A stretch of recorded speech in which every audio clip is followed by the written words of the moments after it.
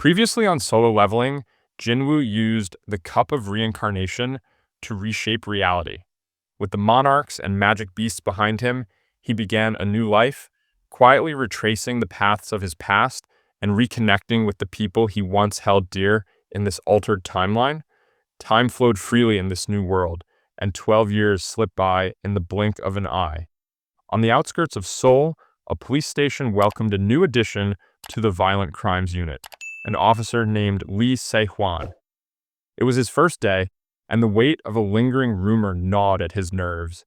Stories spoke of a detective known only as the Phantom, a man who cracked every case he touched, even those abandoned as unsolvable. The mention of working under the same unit as this enigmatic figure stirred both excitement and anxiety in Se-hwan.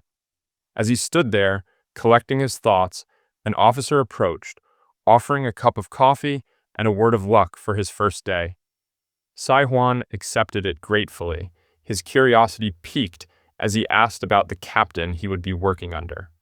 With a mix of amusement and seriousness, the officer revealed that the man he was referring to was none other than the Phantom himself, and that Se-hwan would soon be meeting him. Before Se-hwan could fully process the revelation, a tall man appeared in the hallway, taking in the sight of the new recruit before placing a firm hand on his shoulder and stating that his training was already underway.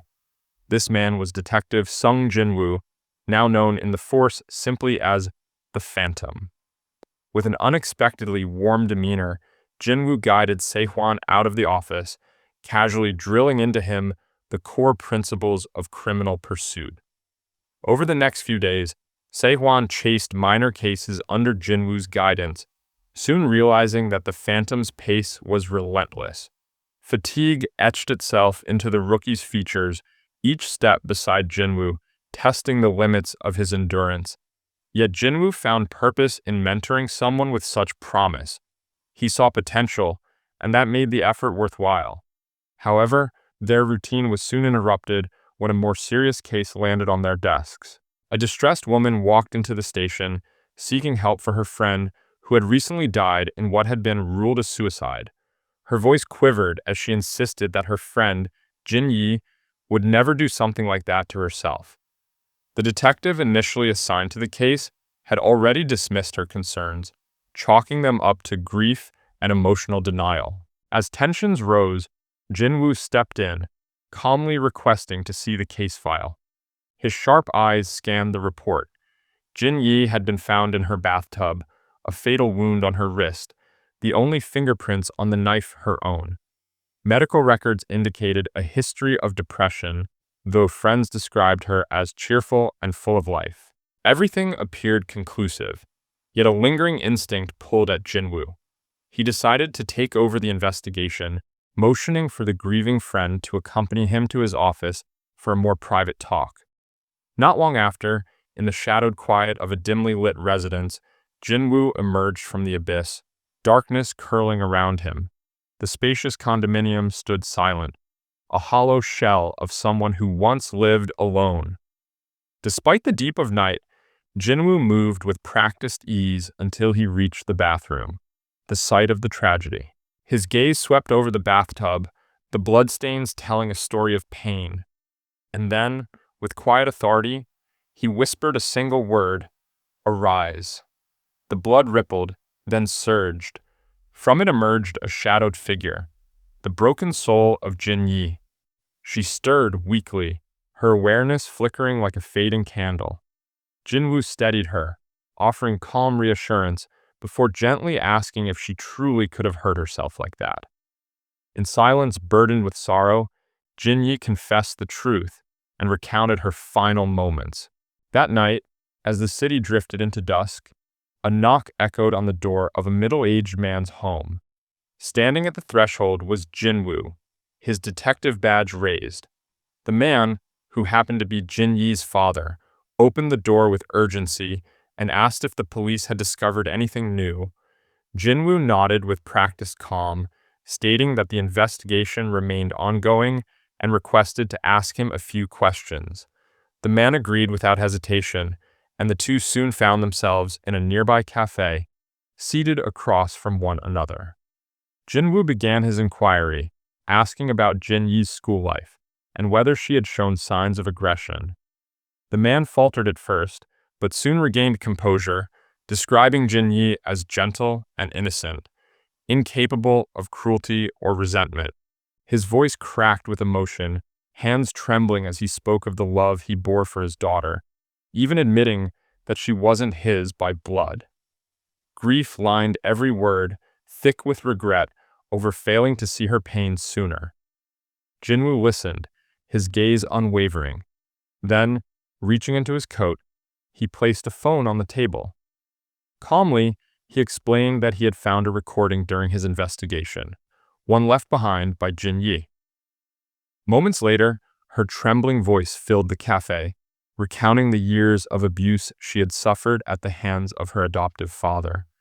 Her words painted a chilling picture: the torment, the fear, the desperate attempts to flee, only to be hounded even from afar.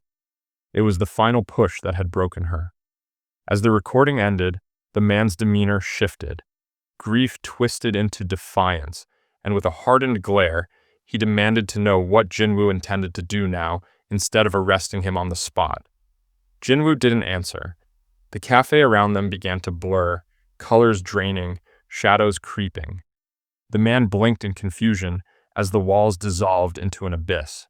The only things left were the chairs, the table, and Jinwoo, his presence now impossibly vast. Panic set in. The man tried to flee, but the moment he moved, countless insect-like limbs rose from the void, snaring him with terrifying precision. Screams tore from his throat as the claws shredded his body, dragging him into the abyss with feral wrath. Blood splattered across the darkness, and then all fell silent. Jinwoo remained seated, unmoved. From beside him, Jin Yi's figure emerged from the shadows. She bowed in quiet gratitude, her voice soft as she thanked the Shadow Monarch for delivering justice. Jinwoo returned her gaze gently, allowing her a moment to speak. After a pause, she made a humble request. The next morning, Jin Yi's closest friend arrived at the precinct, summoned for an update.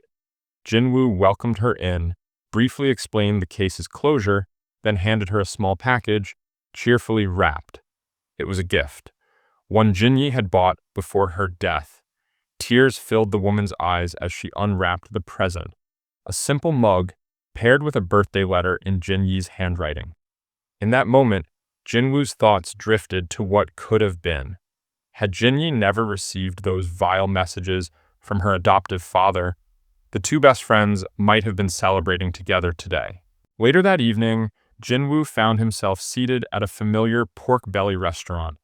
The air was filled with the comforting scent of grilled meat, and across from him sat Jinho, nervously announcing his plan to propose to Jinna. With a blend of pride and worry, he revealed a ring box, asking Jinwoo if he had made the right choice. Jinwoo sighed, admitting that he wasn't the best when it came to matters of the heart. But Jinho wasn't dissuaded. Grinning, he shared his grand plan. Once Jinna completed her medical degree, he would build her a hospital on land worth 30 billion won. The gesture touched Jinwoo, but he reminded Jinho that material gifts wouldn't win Jinna's heart. What mattered most was being genuine. Jinho's character alone was more than enough to be a worthy partner for his sister. Jinho, moved by his words, asked for a hug with teary eyes. Jinwoo tried to dodge the embrace, but Jinho's emotional persistence won out. That night, Jinwoo returned home to his spacious residence on Seoul's outskirts. Inside, Hyein greeted him with a smile, gently rocking their son, Suho, in her arms. Jinwoo's expression softened as he took the child, who giggled with joy and wrapped his tiny arms around his father's neck. Noticing the tension between two of his loyal shadows, Jinwoo tilted his chin toward Bellion and Igris, silently questioning their dispute. Hyein, trying not to laugh, explained how the two had been locked in a heated debate over Suho's upbringing. Bellion insisted it was time for sword training, while Igris argued for focusing on academics in this modern age. Jinwoo cut in, reminding them that their son had yet to even walk, and Hai-In, clearly exasperated, gently nudged him, suggesting that he should spend more time at home, at least until Suho took his first steps. With a sheepish smile, Jinwoo nodded, agreeing without protest. The next morning, Jinwoo made his way straight to Chief Woo Jinchul's desk. The chief had summoned him urgently, and his expression was grave. A peculiar development had occurred. The legal guardian of the woman who recently died had vanished without a trace. Even more strangely, all surveillance cameras near his residence had stopped functioning at the exact same time. Feigning surprise, Jinwoo said nothing. Jinchul, trusting in his discretion, brushed the matter aside and revealed the true reason for their meeting. He slid a small note across the table containing the name and room number of a hospital. Chairman Go Gun-hee was in critical condition. The chief's voice was somber as he urged Jinwoo to visit, sensing this might be the final opportunity. Later that day, Jinwoo entered the hospital room where the once mighty chairman lay frail and surrounded by machinery. Go Gun-hee's eyes lit up as he saw Jinwoo. With a faint nod, he gestured for the oxygen mask to be removed. Jinwoo complied, listening as the chairman spoke in broken whispers. He had searched for Jinwoo ever since the day he vanished after giving him the magical potion all those years ago. Jinwoo reached into his coat, producing another bottle of the elixir of life, but Go Gun-hee shook his head. He had lived enough. He was ready. There was just one thing he wished for, not a longer life, but a glimpse into the one he had forgotten. The one Jinwoo had once mentioned, a world where he had fought as a warrior beside him. Jinwoo hesitated.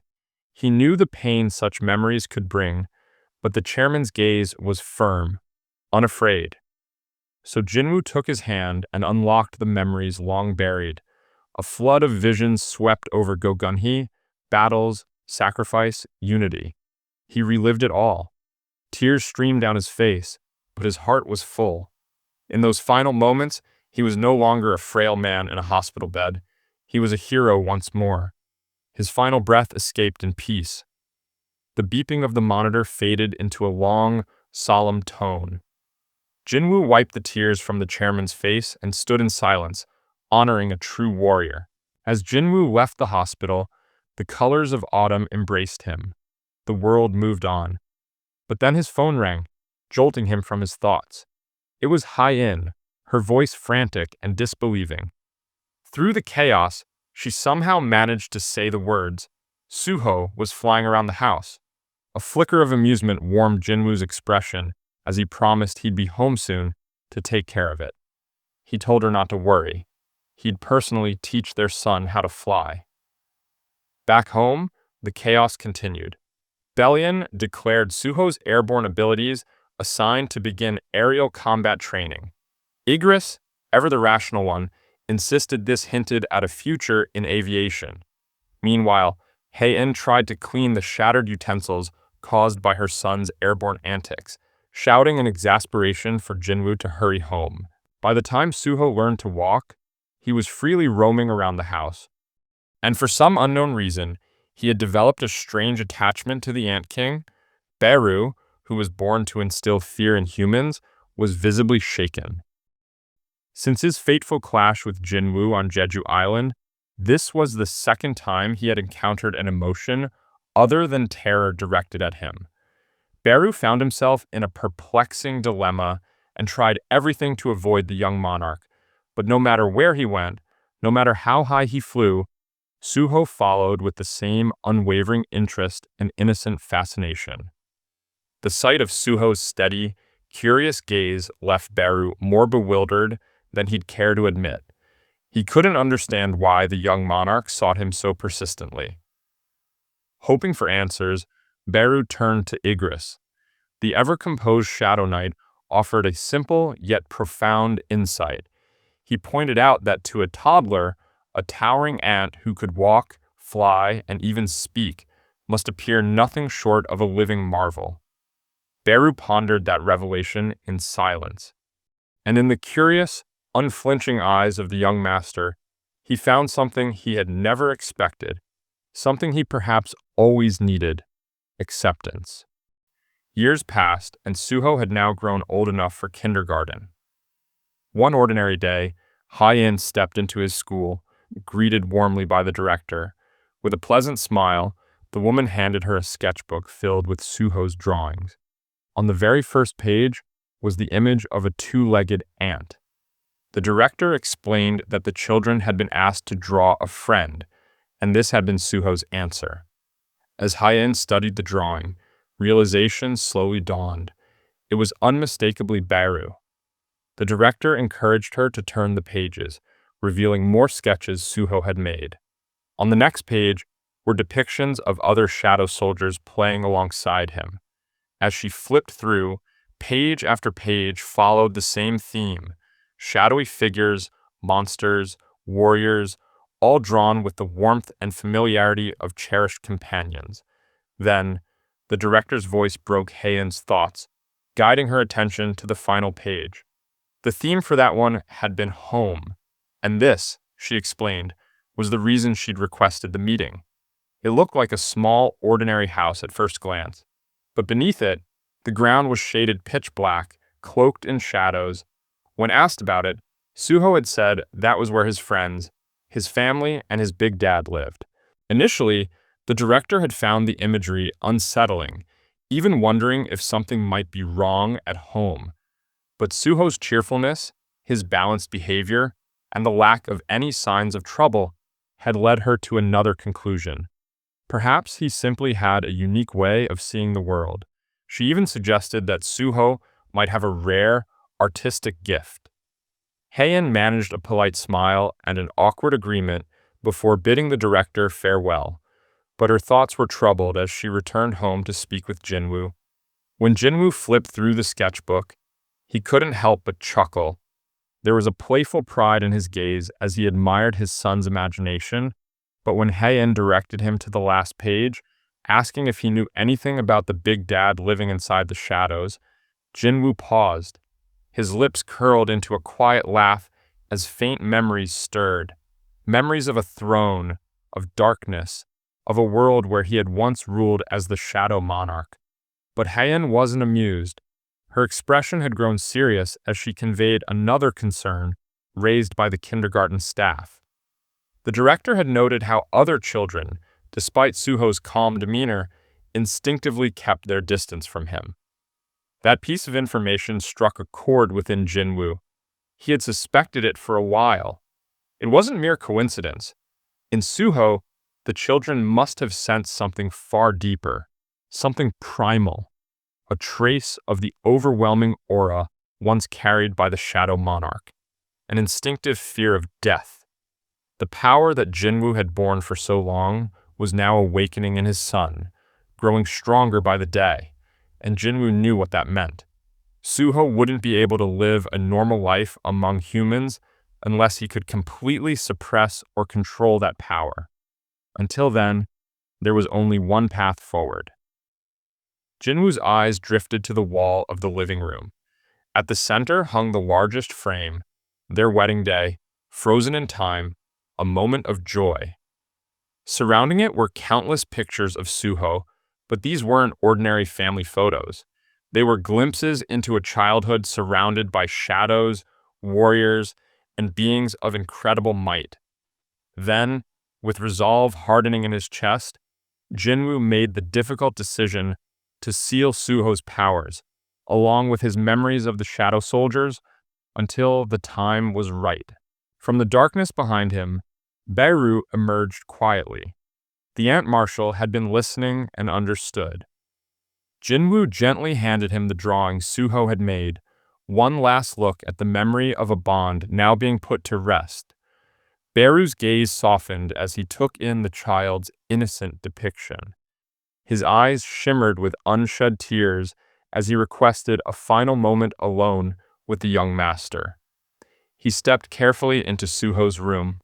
The boy slept peacefully, the rise and fall of his breath like a lullaby. Beru stood over him, silent and still.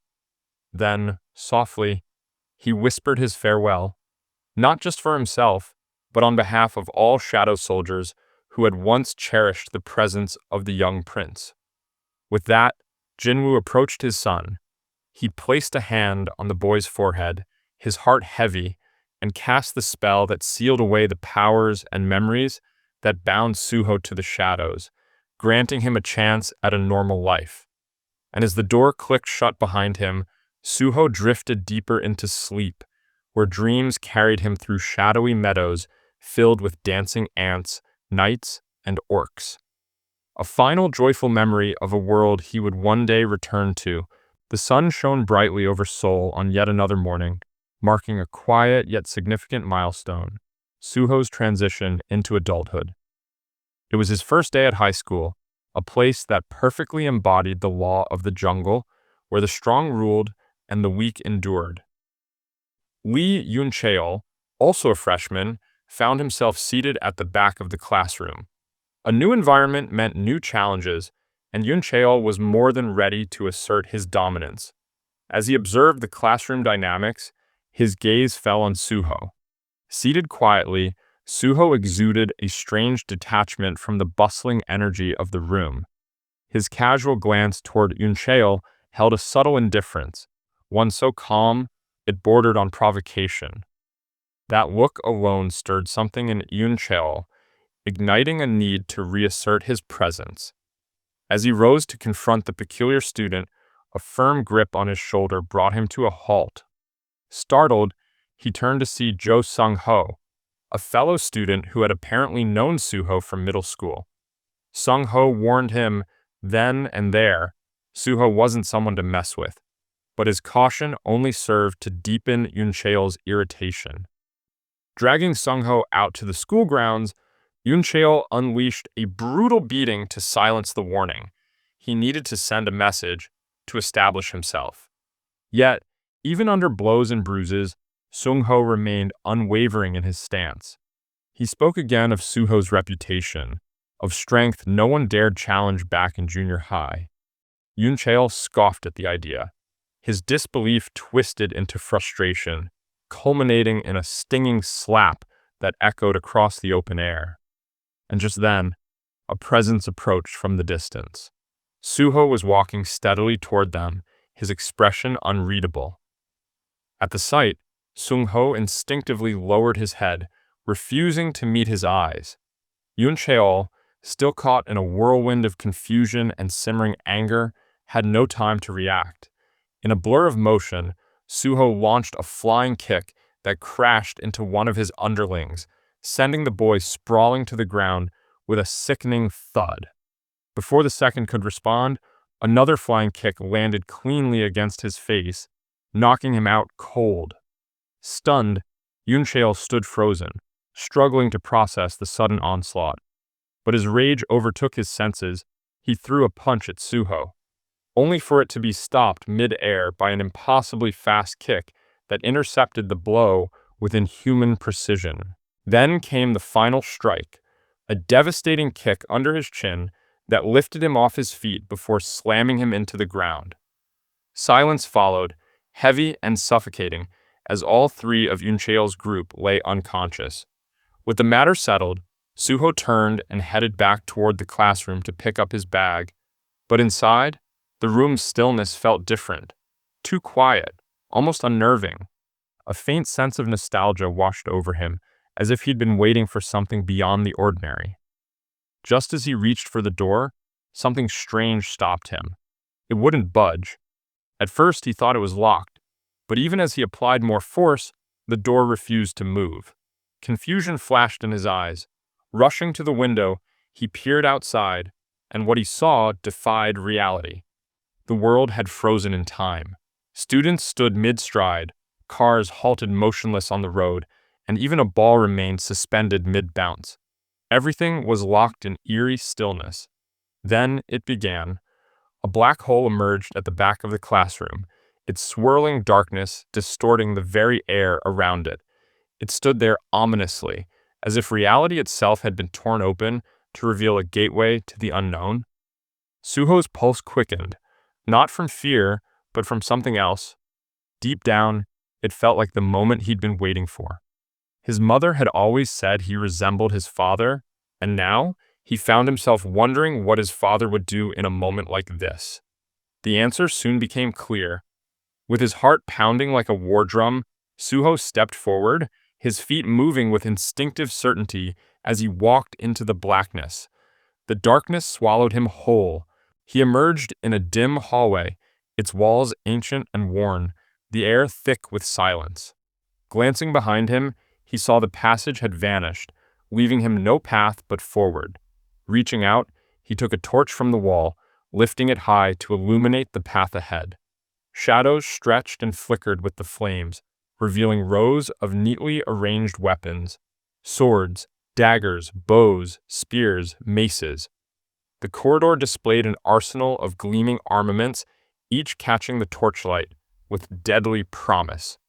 Suho's heart thudded faster as he walked past them. Notifications began flashing before his eyes, describing use cases and eligibility ranks. Each weapon seemed to call out to him in its own unique way. Suho froze for a moment, half convinced he was inside a game. A thrill rushed through him as he realized he had to choose one of the weapons. As he moved deeper into the hallway, his eyes briefly landed on a dagger, the same type once used by Jinwoo. It looked fragile, unimpressive. Suho wondered who in their right mind would ever rely on something so weak. Brushing past it, his gaze locked onto something else entirely: a set of gauntlets. They stood out from the rest, their polished surface gleaming with a raw, untamed energy. They radiated strength, something primal, something fitting. With his choice made, Suho tossed the torch aside and stepped forward. As his fingers touched the cold metal, he slid his hands into the gauntlets, the armor fitting as if forged for him alone. In that moment, the decision was made. Whatever lay ahead, this was the weapon he would face it with. Flames roared down the walls as Suho stepped forward cautiously. The corridor was drenched in a stillness that felt unnatural, but he paid it no mind. Each step echoed with tension. Then, just as he passed one of the suits of armor, it moved. The ancient steel groaned to life, lifting its sword high and aiming for Suho's head. The blade came down with a savage swing, but Suho reacted just in time, his gauntlets rising to intercept the strike with a harsh clang. Without hesitation, he retaliated, his fist crashing into the armor with all his strength.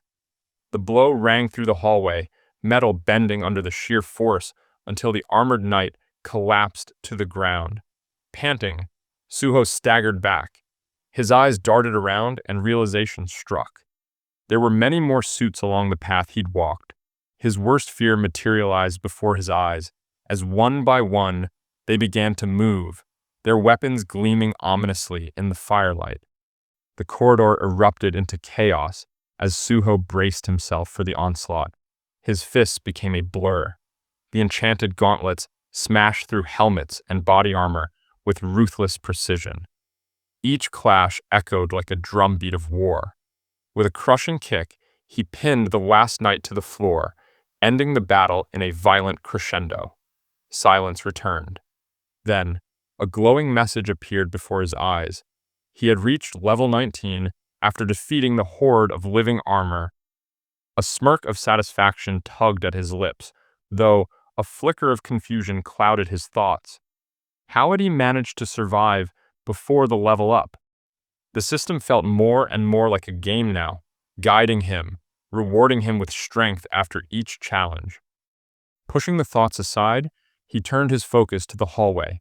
At its end loomed a massive door, the only way forward. With determination, he placed both hands on the heavy wood and pushed. The door creaked open slowly, revealing a grand lair beyond. Wall-mounted torches flared to life, illuminating the room as Suho stepped inside. At the far end stood a throne, and upon it, Marshal Igris. A dark aura pulsed from his body, and his red plume flickered in the air. Without a word, Igris rose and drew his demon monarch sword, holding it before Suho with terrifying menace. Nervousness flickered across Suho's face. He knew instantly this was no ordinary opponent. If he wanted to survive, he had to strike first. But before he could even finish the thought, Igris moved. The Black Knight's speed was unreal. One instant he sat on the throne. The next, his glowing blade sliced through the air, passing Suho in a blur of deadly precision. Suho gasped and bolted upright. The lair was gone. So was the knight. He was back at the starting point. His heart still thundered from the shock. The memory of the glowing sword and the sheer force behind it made him shiver. He had been sure it was the end, but he was alive. Then, he noticed something strange: the torches. When he began, there were 3, each burning with blue flames. Now, one had gone out. He stared at it, realization dawning. These flames weren't for show. They represented his chances, his lives. Every time he failed, a torch extinguished. Suho's breathing calmed as understanding replaced fear. He quickly swapped out his old gauntlets for a new upgraded pair. He needed every edge he could get before the flames died out completely. But just as he braced himself again, it happened. Time twisted, he was thrown back to the beginning once more. Only one torch remained now, flickering faintly against the gloom. Suho groaned in frustration, rolling on the ground, fury boiling in his chest. The Black Knight was too powerful. The gap between them felt like a mountain, unscalable, impossible. It wasn't just difficult, it was unfair. The trial stacked every odd against him, but even in frustration, he refused to quit. Gritting his teeth, Suho rose again, determination burning in his eyes. He equipped himself with every weapon within reach, driven by a single resolve to grow stronger. This time, he would level up further before daring to face the knight again. As he stepped forward, he saw them once more, suits of armor standing silently in their previous places as if nothing had happened. They had respawned. Suho sighed, took a breath, then launched himself into the fray. His movements were sharp, precise, each strike cutting through the air with purpose. Suited enemies fell swiftly, his weapons sinking deep into their helmets.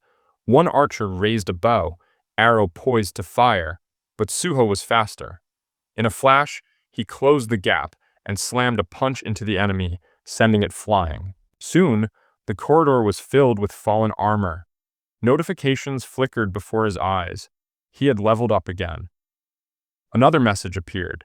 He had reached the required level to initiate an advancement quest. Without hesitation, Suho accepted. 2 portals burst open beside him, releasing fresh waves of armored beasts. A timer ticked down. The quest had begun. Suho's grin widened. The challenge thrilled him. Then came the mages, hands glowing with arcane energy. Flames burst from their fingertips, conjuring a storm of fire. Suho moved instinctively, jumping back to avoid the brunt of the blast.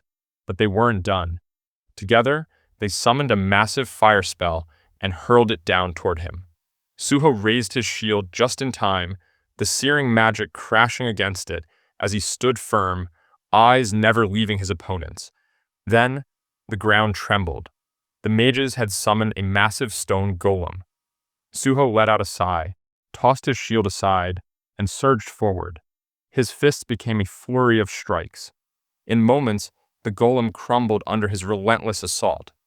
Driven by battle lust and unyielding will, Suho tore through the remaining enemies. Every strike was perfect, every move calculated. Armored beasts and mages alike fell before him, reduced to dust and silence. With the battlefield cleared, a flood of notifications appeared. He had advanced from fighter class to soul striker. His rewards were generous: a guard's necklace, the highest grade mage's ring, and the scorching gauntlets of the fighting phantom. Suho didn't waste a second. He returned to the Black Knight's lair. Igris still sat on the throne, unflinching.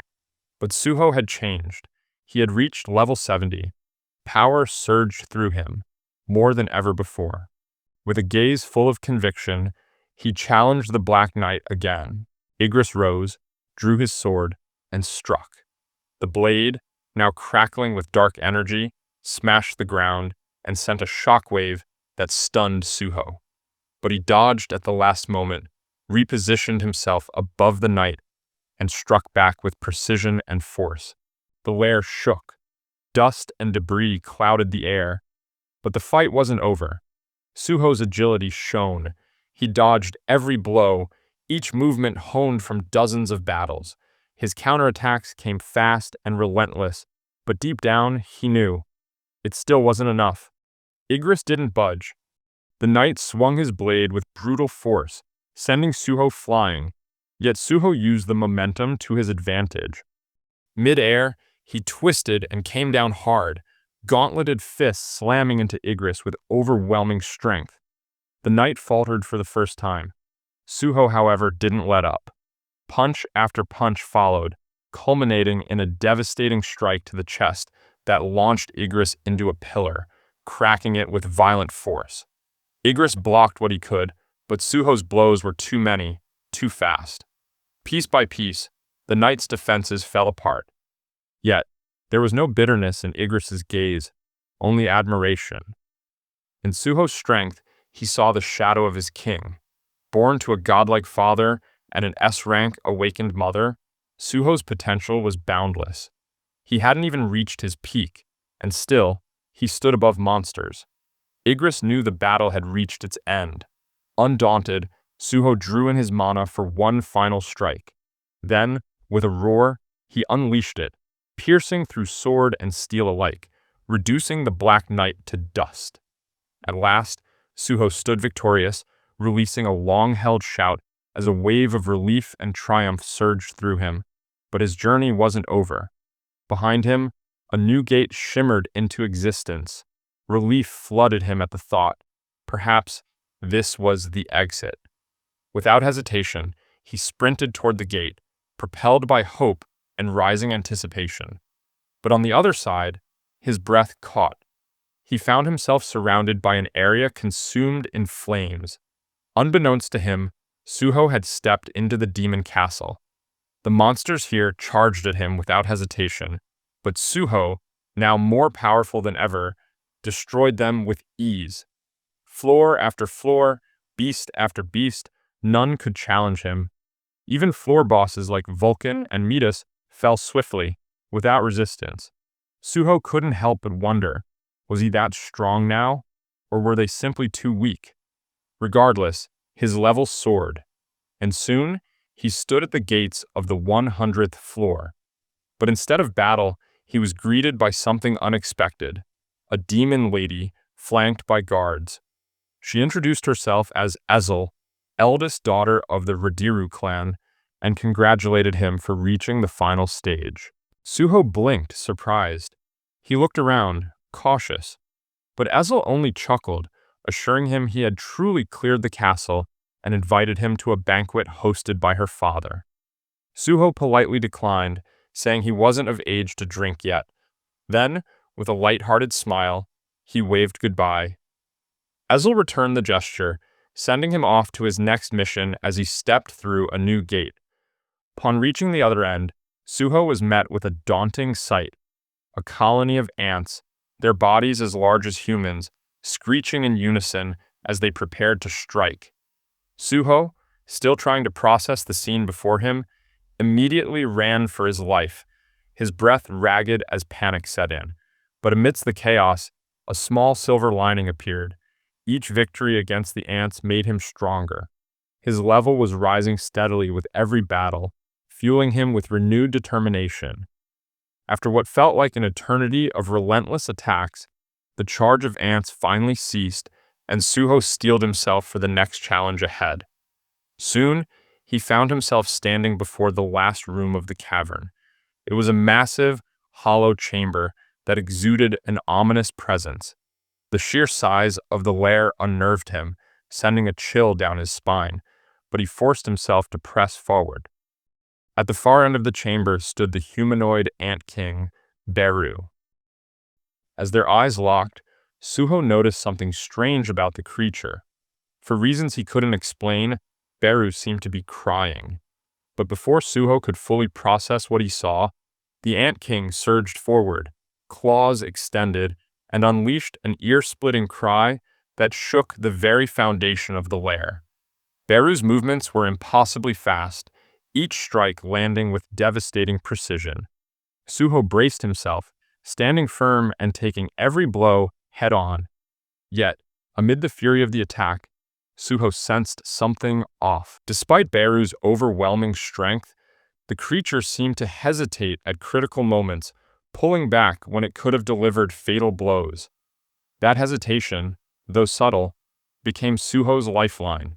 He seized each fleeting opportunity, landing a lethal jab to Beru's face, which seemed to crumble under the weight of an emotional meltdown at the sight of his grown young monarch.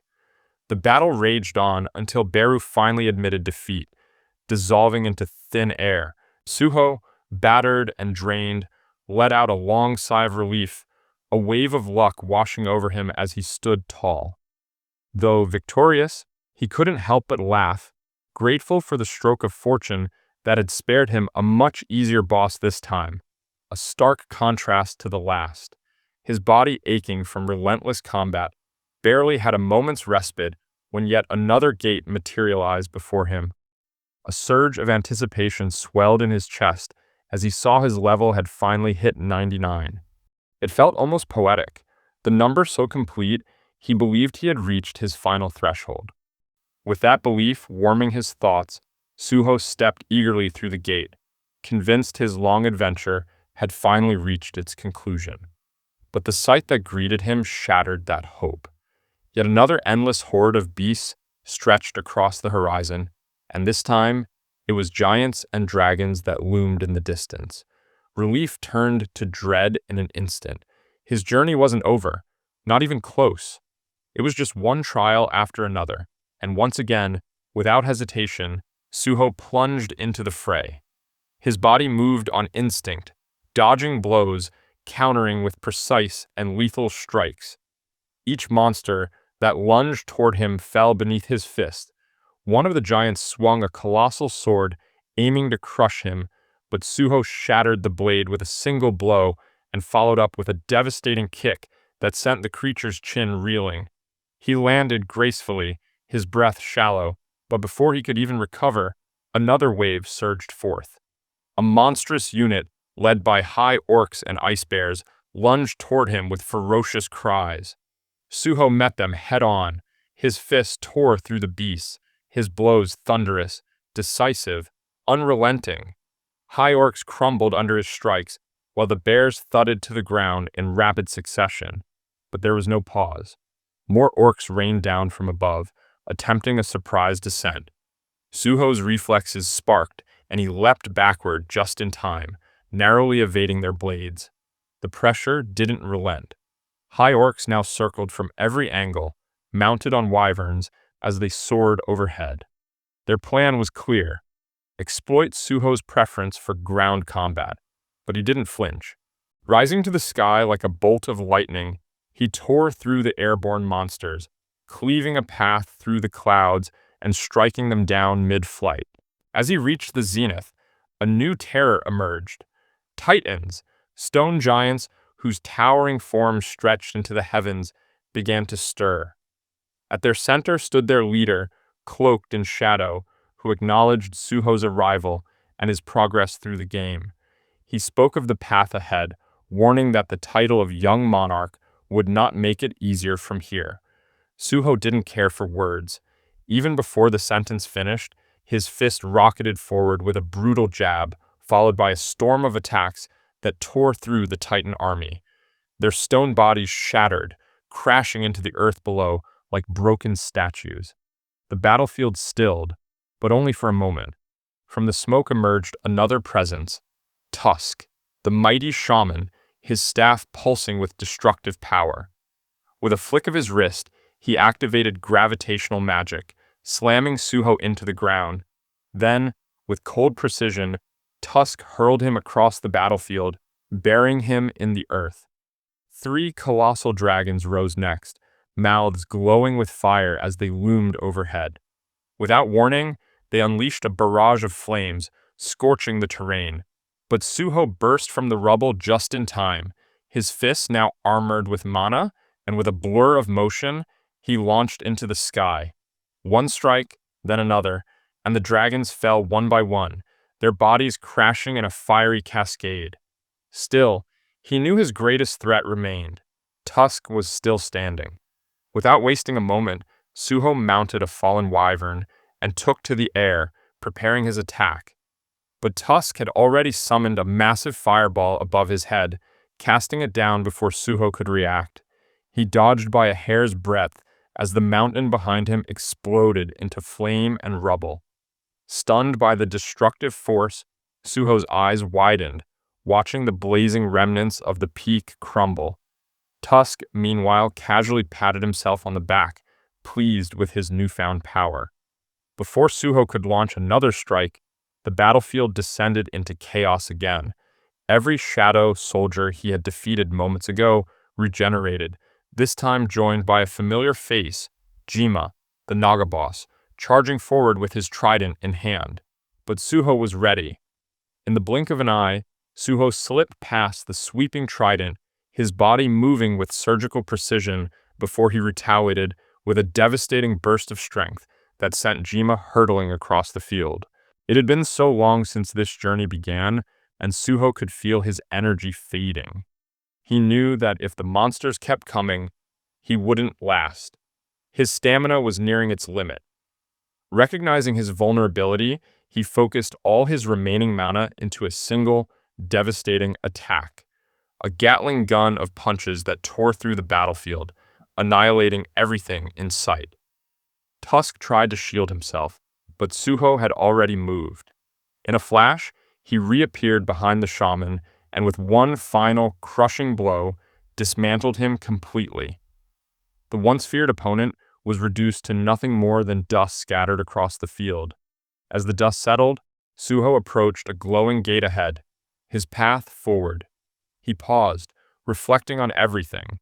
Though his level hadn't increased, he had gained something greater, the ability to control his immense strength with precision. Every encounter had refined him, turned his raw power into something purposeful. But before he could step forward, a figure approached from the sky. Suho looked up to see another Black Knight descending, but this one was different, radiating a presence so immense that even the winged ant, once his fiercest opponent, felt insignificant in comparison. Clenching his armored fists, Suho braced himself to face the towering knight. Bellion stepped forward, unsheathing a blade that hummed with restrained power. With a voice laced with pride and recognition, he called Suho the young monarch, then vanished in a flash of speed, striking first with blinding precision. Suho's fist met Bellion's blade in a thunderous clash. The ground shook beneath their feet as steel collided with force. Questions spun through Suho's mind. Why did each of these powerful foes recognize him as the young monarch? His punches grew faster, fiercer, each one driven by a hunger for answers. He landed a left hook that reverberated through Bellion's armor, but the knight remained unmoved. Suho followed with a right, but Bellion had vanished, reappearing behind him. A sharp sting grazed Suho's side as he turned to see the knight's blade now transformed into a massive segmented whip, flying in all directions with deadly grace. The blade sliced through the air, unleashing a storm of destruction in its wake. Suho knew he couldn't afford a single mistake. His movements sharpened, honed to razor precision as he dodged each strike like his life depended on it. Then, in a daring move, Suho grabbed hold of the segmented blade, halting its storm. Seizing the brief moment, he launched forward, delivering a flying kick toward Bellion's face. But the knight reacted in a flash, bringing both arms up to shield himself just in time. Suho, however, was already on the move, using the opening to slip past the defense and land a punishing blow to Bellion's midsection. The knight was sent flying, crashing into the earth with a boom that split the ground. But Suho knew this wasn't the end. Bellion would not fall so easily. This battle could last a day or longer if neither of them yielded. Still, amidst the clash, Suho felt it. This wasn't the real threat. Something greater loomed above. Lifting his gaze, he saw a massive wyvern soaring overhead, its screech splitting the air. A moment later, a figure dropped from the creature's back, landing hard enough to crack the very earth. Dust rose, obscuring the figure's face, but the presence was unmistakable. Cloaked in darkness, mana pouring from his form, the man stepped forward. Twin daggers gleamed at his sides. For the first time since entering the gate, Suho saw a human. He tried to speak, to reason, but the hooded figure gave no response. Without another word, Suho lunged forward, mana crackling around him. Their collision sent shockwaves through the air, but Suho found himself on the back foot. The hooded man moved with terrifying elegance, dodging every blow with ease. He wasn't just fast, he was masterful. Each movement betrayed years of experience. No matter how hard Suho fought, he couldn't keep up. Each attempt to strike only widened the gap between them. Falling to his knees, the weight of his failure pressed down on him, but he didn't surrender. Burning with defiance, Suho surged forward again. Though he knew his opponent's power far exceeded his own, he still believed, if only by sheer will, he could win. The hooded man stood unwavering, silently lifting his dagger high as Suho tightened his grip and charged forward with everything he had. Yet, his opponent didn't so much as flinch. With terrifying ease, the dagger carved through Suho's assault, shattering his gauntlets and leaving his hands bloodied and trembling. Pain surged through him, but his resolve held firm. Despite the searing wounds, Suho hurled himself forward once more, driven by sheer will to overcome this towering obstacle. A part of him couldn't help but marvel at the hooded figure's overwhelming strength and flawless technique. If he could become even a fraction that powerful, he thought, it would all be worth it. Suddenly, the man placed a hand on Suho's head. The touch was calm, final, as he asked if Suho enjoyed the game. A flicker of recognition struck Suho. He glimpsed the face beneath the hood, and everything clicked. The voice, the aura. This was someone he could never forget. It was his father. Shocked, breath stolen from his lungs, Suho offered no resistance as the man gently pushed him, sending him hurtling backward into the glowing gate. The man's parting words echoed. It was still too early for him. Light engulfed Suho, and he jolted awake with a gasp, upright in his chair. His vision cleared. The familiar classroom, drenched in warm sunset hues, brought reality rushing back. His heart raced as he wiped sweat from his brow. The dream still clung to him, vivid, unsettling, like a dungeon crawl from a game, but twisted into something personal. And at the end of it all stood his father. The idea made him shudder. Suho dismissed the bizarre imagery with a shake of his head, relieved it had only been a dream. As his breathing steadied, his classmate stepped into the room, surprised to find him still at school, and asked if everything was all right. He nodded, offering to help lock the doors and windows before they left for the day. Far above, on the school rooftop, Jinwoo stood with Beru and Igris, watching the quiet world below.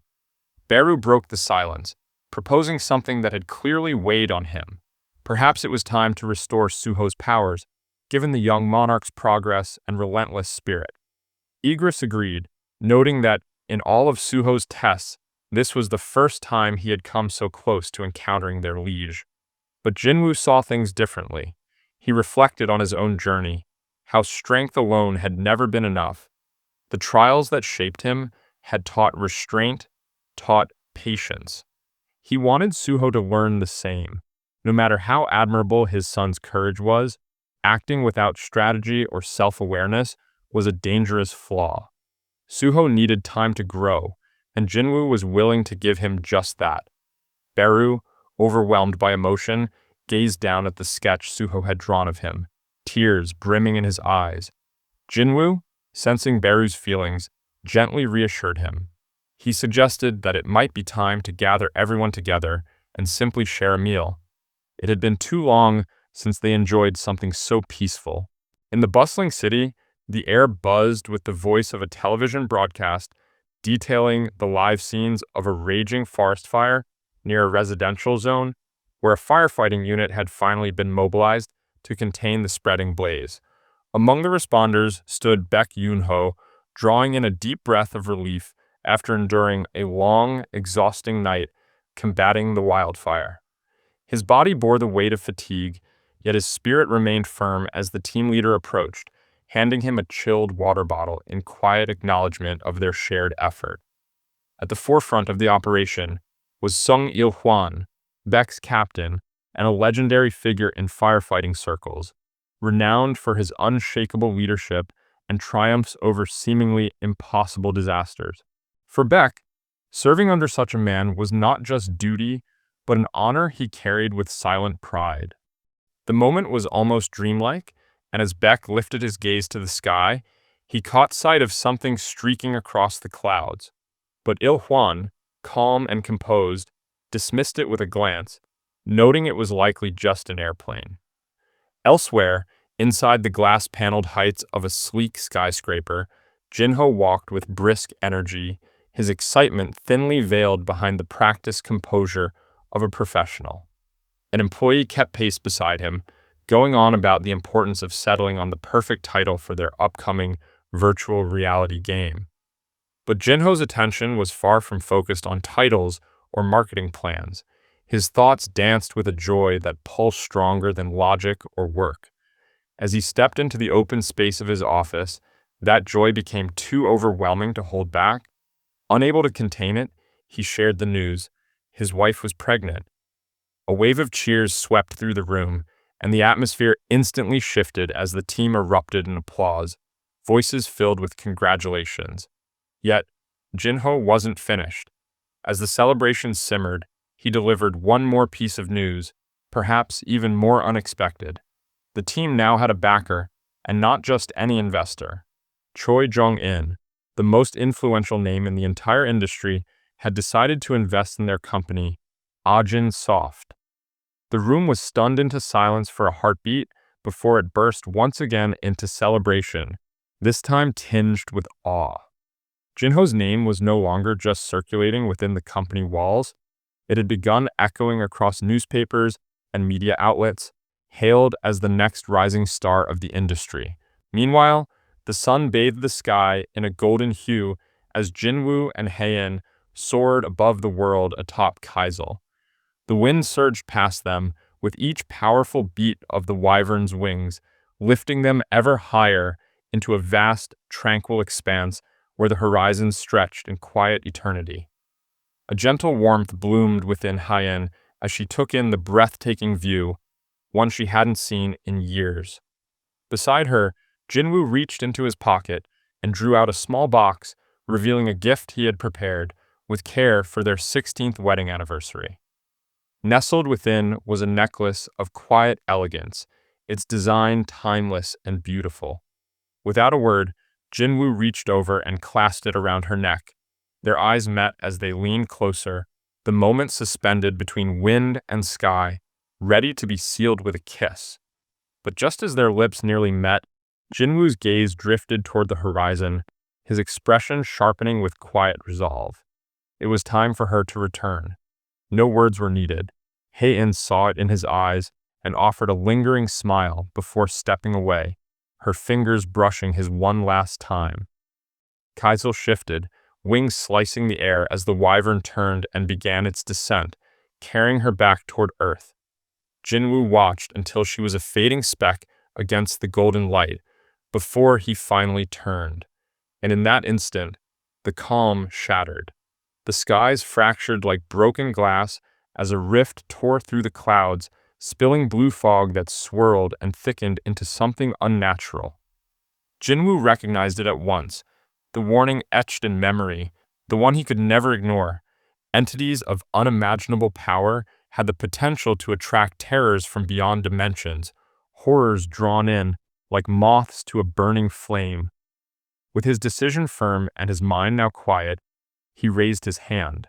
Shadows rippled beneath his feet, answering the call before it was spoken. Then came the command, timeless and absolute, as the darkness surged forth, "Arise."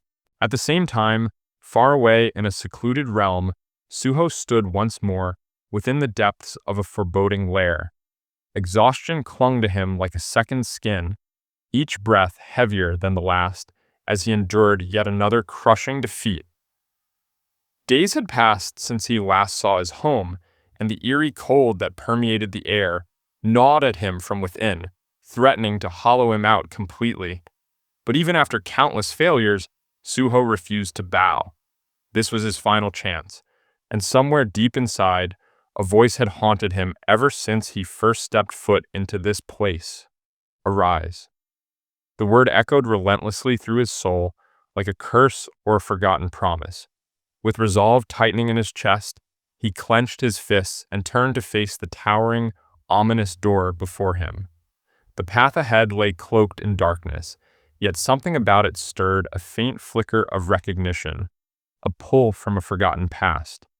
Still, with no hesitation, Suho stepped forward, ready to confront his fate and whatever waited for him beyond the veil of shadows. That wraps up the entire solo leveling story, and with it, the series comes to an end. Thank you for following the journey so far. I hope you enjoyed every moment of it. But this is just the beginning of something new. Up next, we step into the next era as I bring you the story of Jinwoo's son in the timeline of Solo Leveling Ragnarok. So stay tuned, hit that subscribe button, and turn on notifications so you don't miss it when it drops. I'll see you soon.